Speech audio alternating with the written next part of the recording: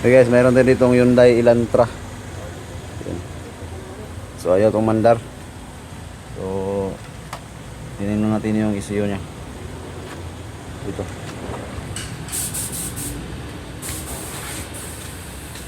Ito yung ECU. Kita natin na parang ano to, may problema to. So papalitan natin to. Next.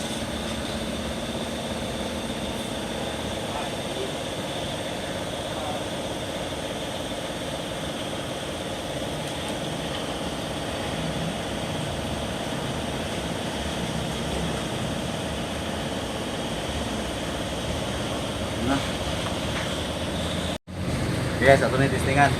Tangan ito kung wonder pa.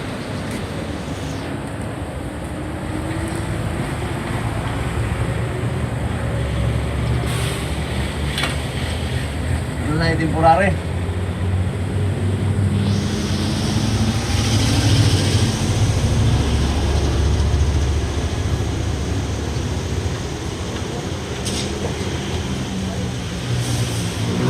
Okay.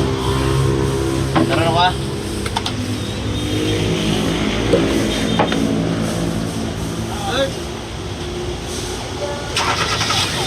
Yun, one click.